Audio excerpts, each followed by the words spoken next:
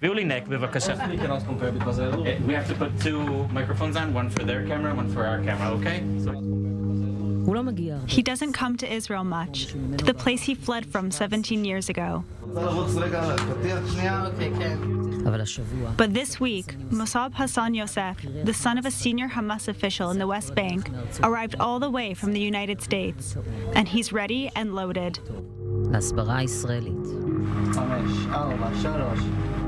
After October 7, there was no way, not to come and stand with the people. I saw the massacre footage, which, changed my life. My life would never be the same after October 7. It looks like you're disappointed in a personal level. Because it is very personal. It's very personal. You were very angry. I was very angry, and I'm still angry. For many years, I spared my father.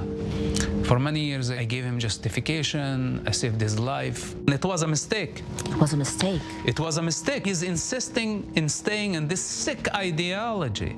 And you think he has an idea what happened on October 7? I need to take him and stick his head in the blood of the massacre. He may feel for a little bit what happened on October 7.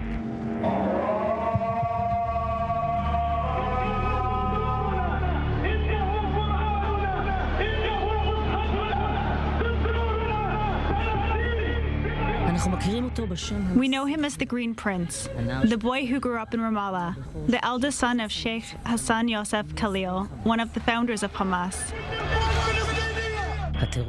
Terrorism was the family business. The father divided most of his time between the West Bank and Israeli prison, and the prince continued the family tradition, buying weapons and planning terror attacks. But when he was 17 years old, everything changed. He was arrested and for the first time saw prison from the inside and the brutality of Hamas. In those days, suicide attacks became all the rage. For Mosab, this crossed a red line. When I stood against suicide bombing attacks some 20 years ago, this was madness in a society where the majority, the vast majority, agreed. I disagreed. And that was my punishment, for just to think differently. In order for me to express myself freely meant for me to be executed. At this point, the Shin Bet entered the picture. The organization managed to turn Mosab, and he became an extraordinary intelligence source. For 10 years, he lied to his family and worked secretly for Israel, preventing terror attacks and saving many lives. When Sheikh Hassan Yousef discovered the act of treason, Mosab was already overseas. For my father, the biggest threat for his existence is to lose his honor, to lose his public image. This is the challenge that I gave to him. He invested his entire energy, his entire life to maintain his public image, his status. Now you are the father of the greatest traitor of the cause of your people. You'll have to deal with it. If there's anyone who really knows how to explain what Hamas really is, it's him. Were you surprised by what happened on October 7? Look, Hamas brutality was not a strange thing for me.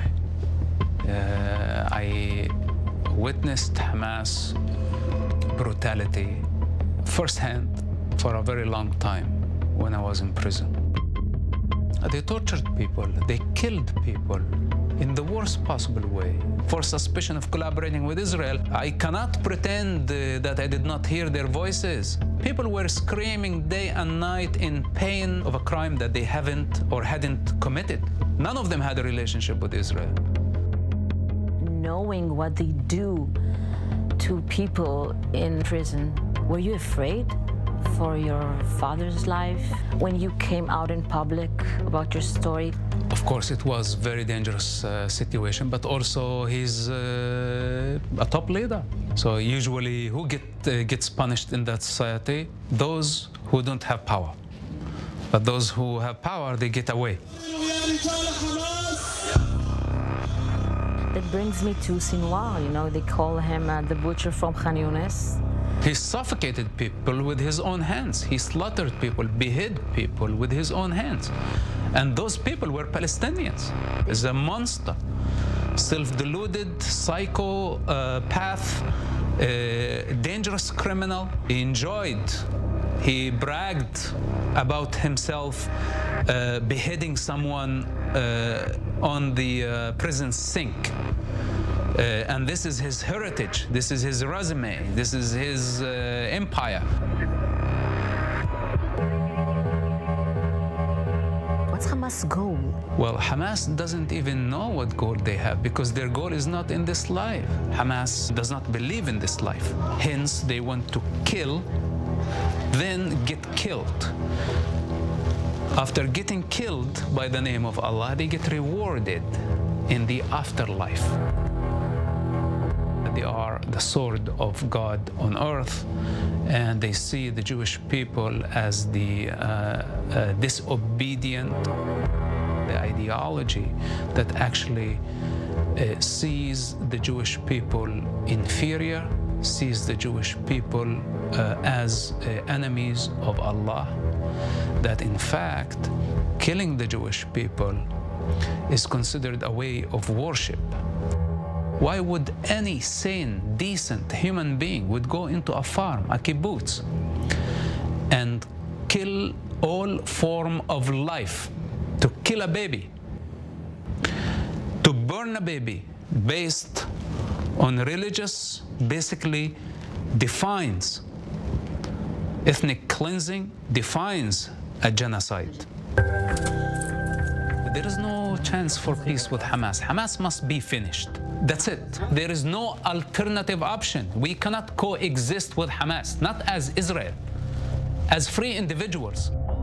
And by the way, by standing with Israel doesn't mean necessarily that I'm going against the innocent people, if there is any. We are here in Khan Yunis area. Right above us, there is a school, and this is what Hamas has been doing.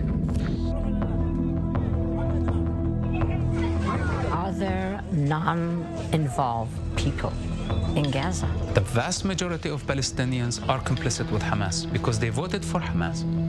They protect Hamas, and most importantly, they failed their moral responsibility to condemn Hamas. The least you could do. Your father, you know what he said when they asked him about the massacre? He said, mistakes will be made. We are human, and human makes mistakes. My father said that? Yeah. Where? In one of his interviews. Is he taking responsibility for his mistake? Is this the way of Allah? You send people who are like killing machines going into peaceful communities, wiping everybody out. You call that a mistake? A genocide as a mistake?